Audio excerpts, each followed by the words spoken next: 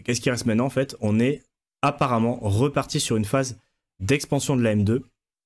Et comme on avait vu, et c'est là où on va arriver sur les nouveautés d'aujourd'hui, il y a toujours un délai entre l'expansion des liquidités et le moment où ça se traduit bien évidemment sur Bitcoin concrètement, mais en général sur les actifs financiers et le S&P 500 aussi. On avait vu aussi dans un live un article de Lynn Alden qui corrélait en fait la liquidité globale avec Bitcoin, et on sait que Bitcoin c'est l'actif le plus corrélé avec les liquidités globales, juste à 84%, juste derrière, juste devant plutôt, le S&P 500 qui est à 82%, donc très corrélé de manière directionnelle, c'est-à-dire que quand la liquidité globale augmente, ben en gros, à 80% du temps, Bitcoin augmente aussi. Mais, ça on l'avait touché du doigt bien évidemment, mais on va aller le voir encore plus aujourd'hui, il y a un décalage, et toute la réflexion va être de se dire, mais c'est quoi ce décalage en fait? Là on sait que ça augmente, mais de combien en fait?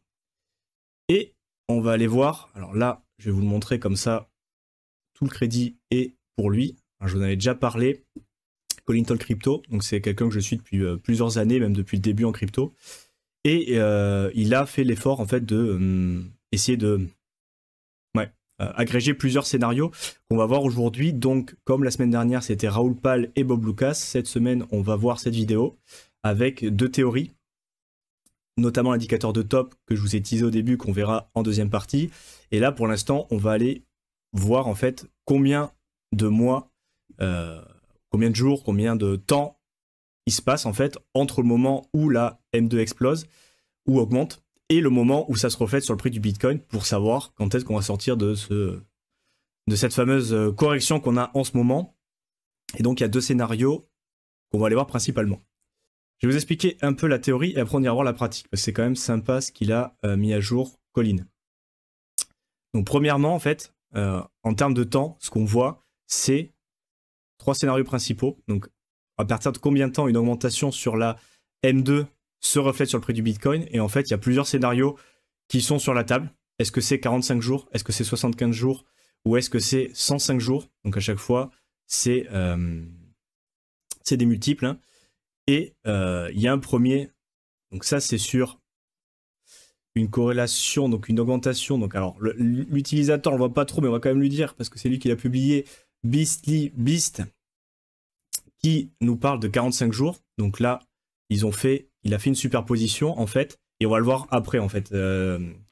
Colin a publié sur sa vidéo, et ça on avait déjà parlé en fait, des Pine Scripts, donc des scripts personnalisés pour ajouter à TradingView. Moi, mes métriques de la M2 en fait c'est ça, c'est ce que j'ai rajouté au début pour avoir cette métrique sur les premiers lives. Quand j'avais été la chercher, j'avais trouvé un script obscur, alors je sais plus si c'était sur un forum ou sur un article de TradingView. Après j'avais découvert les métriques utilisateurs, et là du coup on va voir cette nouvelle métrique en fait qu'utilise Colin, qu'il a mis disponible sur sa vidéo, et je vous montrerai comment vous pouvez l'utiliser vous aussi pour aller faire potentiellement vos petits tests et regarder ce qui vous paraît le plus convaincant. Donc premier scénario, c'est-à-dire 45 jours, et le but en fait c'est d'essayer d'aligner pour faire l'histoire complète.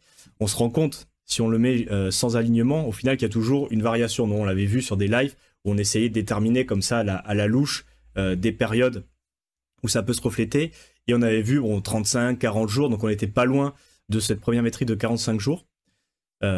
Et pour voir en fait le moment, si on décale en fait la M2, à quel moment ça colle de manière quasiment simultanée avec le cours de Bitcoin, pour savoir au final quand est-ce qu'on peut attendre une augmentation du cours, en sachant plus ou moins combien de temps ça met pour se refléter une augmentation de la M2 sur le prix de Bitcoin. Donc premier scénario, 45 jours, donc ça c'est un autre utilisateur qui l'a présenté, où il met en relation donc la M2, Bitcoin et MicroStrategy, où pour le coup il a mis différentes aussi indications.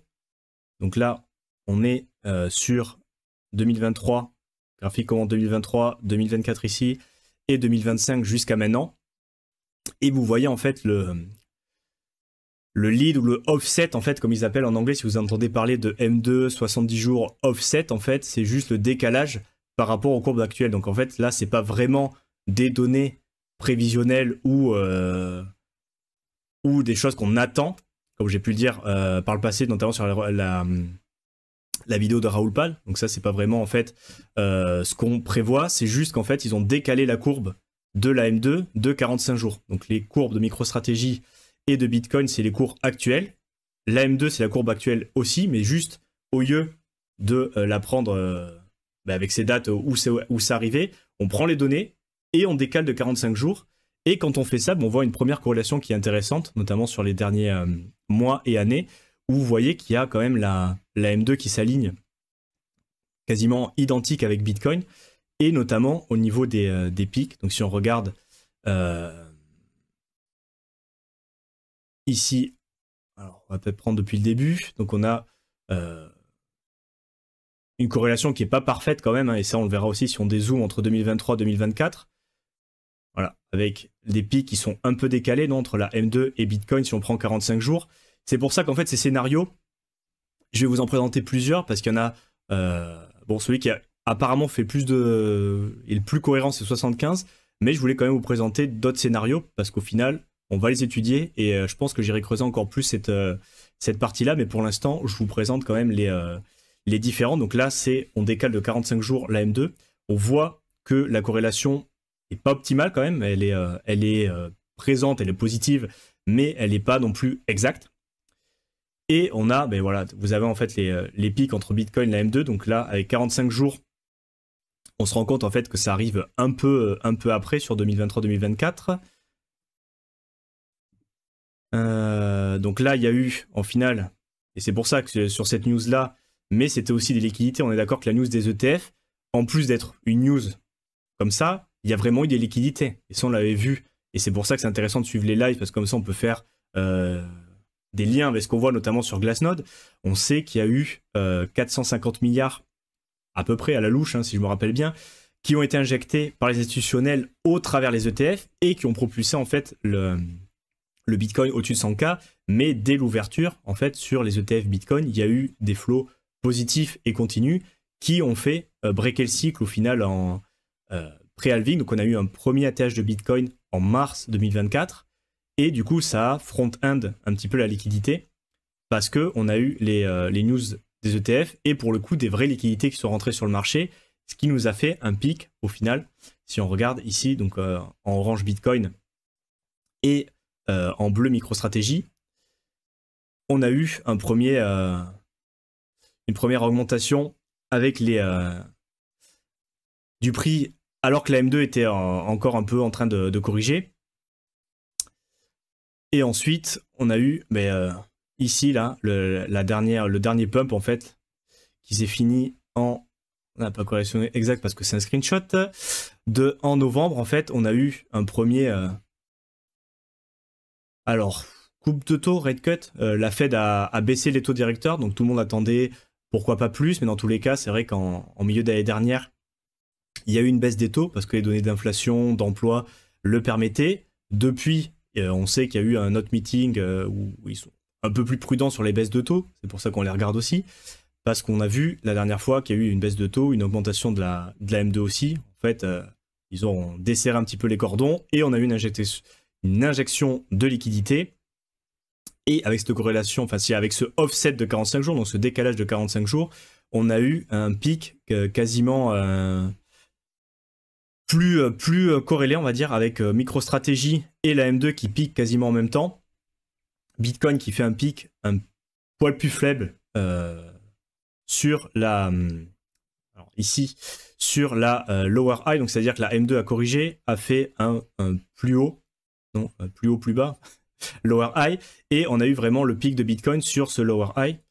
Donc, après voilà, on a eu MicroStrategy aussi qui suit, mais dans l'idée, c'est quand même pas mal corrélé avec un offset de 45 jours, mais vous voyez que c'est pas parfait. Et même on a l'impression au final qu'il manque un peu de temps parce qu'on se rend compte qu'à chaque fois qu'il y a la M2 qui pique avec 45 jours, Bitcoin, il a tendance à piquer un peu après, non ? En termes de top, on voit là la M2 premièrement top, un peu après Bitcoin.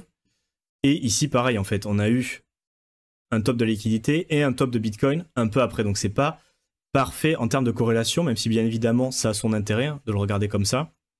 Et ensuite, on a une corrélation qui est plus parfaite, alors qui n'est pas forcément à 100%, mais dans tous les cas, vous voyez la gueule que ça a quand on fait un offset en fait de la M2 sur, alors là c'est 72 jours, mais vous pouvez le faire en fait sur 75, ça change pas grand chose au machin. Et là on se rend compte qu'on est sur le même, c'est plus 2024, mais vous voyez en fait que ça prédit beaucoup plus en fait les mouvements. Et là pour le coup, on est quasiment sur une corrélation parfaite. Alors si on dézoome un peu, il peut y avoir des périodes où c'est pas exactement comme ça, mais dans tous les cas, sur la dernière année, avec un offset de 75 jours, on arrive quand même sur une corrélation qui est pas dégueulasse. Hein. Regardez les pics, regardez Bitcoin. Donc ça, en jaune, c'est la M2. Les bougies, c'est Bitcoin, qui est du coup en daily. Et ce qui nous intéresse, et ce qu'on a vu depuis plusieurs semaines maintenant, c'est qu'on sait qu'on a une augmentation de la M2. Et en plus, on a une augmentation. Donc là, c'était une vidéo qui a été publiée. Est-ce que j'ai la date? Bon, je vais vous montrer directement parce qu'après, on allait voir le côté pratique. Mais vous voyez, entre-temps, il y a eu quand même une augmentation hyper importante. Est-ce que c'est le contexte macro? On ira voir après le PineScript dans le détail, en fait, où il prend ses données. Mais là, très clairement, on est en train, au niveau de la M2, d'avoir une augmentation très importante. Hein. Pour le coup, on avait vu l'augmentation petit à petit. Je vous avais dit, il faudra voir comment ça continue. Et ben, depuis qu'on le regarde, semaine après semaine, ça ne fait qu'augmenter, qu'augmenter.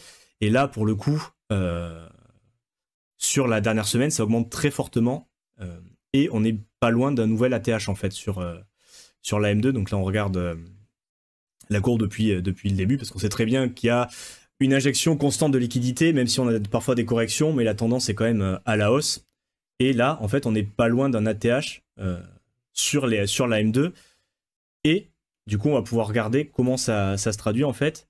Et si on prend, au final, ce offset de 75 jours, c'est ce qu'il a tracé lui, on arrive sur une explosion, donc ça va se répercuter sur le prix du Bitcoin 1er avril, en fait.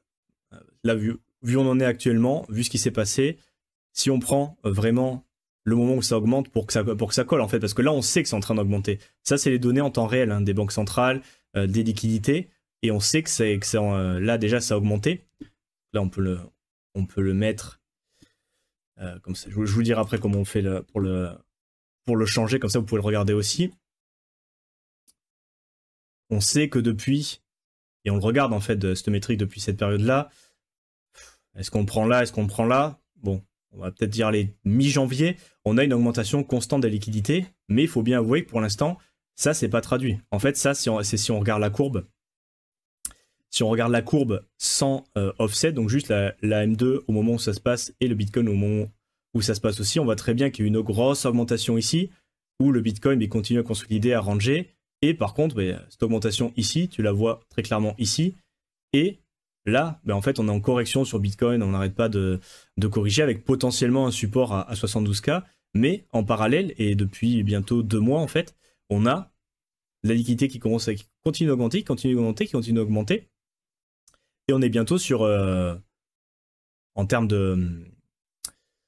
de pourcentage, en fait, de ce qui a été injecté depuis juin 2024 jusqu'à septembre 2024, en fait, on est sur potentiellement quelque chose qui nous a amené de 72K justement à 108K. Donc là, si on continue en fait sur cette trend-là en M2, quand ça va commencer à se répercuter, ça va amener une hausse sur Bitcoin. Et après, on pourra parler éventuellement dominance de Bitcoin all season. Mais pour l'instant, on regarde sur Bitcoin parce que c'est lui qui va bouger le premier. Et regardez ce qui s'est passé la dernière fois que la M2 a augmenté fortement. Ça s'est traduit quelques temps après sur Bitcoin. Et en fait, pour aller regarder vraiment que ça colle, il faut mettre 75 jours. Actualiser. On va aller voir après le PineScript parce qu'il a mis, il a été sympa. Donc en fait, ça nous donne en fait un... Si on met 75 jours, ça nous donne un... Ouais, l'augmentation en fait, elle a commencé fin mars, début avril. Peut-être prendre des questions parce que je me rends compte que je suis un peu parti dans mon truc. La question c'est, est-ce qu'on va stagner au 72K ou rebondir immédiat? Est-ce que tu as des niveaux d'invalidation temporelle, genre mai, juin, ça ne pump, j'ai des risques ou pas du tout? On le verra après, Loïc, on en avait parlé lors du dernier live. Et on va en parler en fait toujours. Qu'est-ce qui pourrait venir invalider notre scénario? Donc on le verra, hein. On le verra, mais pour l'instant il va falloir suivre. En fait, et on va continuer là-dessus, mais on aura déjà des réponses. Invalidation, ça va être surtout fin mars en fait. Donc trimestre, premier quarter, au final on n'a pas eu l'augmentation qu'on espérait, mais si on regarde à partir de la M2 les liquidités, ce qui vraiment drive le marché au final, on pourrait s'attendre à partir de mars à une augmentation importante. Et là, on aura la réponse bientôt, hein, au final on est le 10 mars. Si fin mars, en fait, ça peut prendre un peu de temps, mais si mi-avril, même avril-mai, il n'y a pas eu d'augmentation sur Bitcoin, là ça commencera très fortement à sentir pas bon. Mais il va falloir être un peu patient en fait pour attendre vraiment l'effet de la M2 qu'on a vu et qui se confirme et qui se consolide depuis bientôt 2 mois, voir quand ça va taper sur Bitcoin et comment ça va taper.